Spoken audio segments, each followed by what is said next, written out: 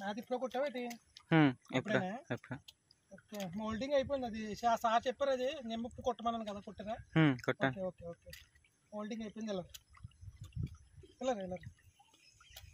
friends చూసారండి మొన్న చెప్పాను కదా మన వెంకటేష్ గారు ఇది మోల్డింగ్ అవుతలేదని నిమ్మ కొట్టించాను మోల్డింగ్ అయిపోయింది ఇప్పుడే మేత కొట్టారు ఇంకా మేత కూడా తినలేదు కొంచెం సైజ్ వేరియేషన్ కూడా ఉంది దరి మేత కొట్టండి ఏతమ్మా ఒకసారి అక్కడికి వెళ్ళి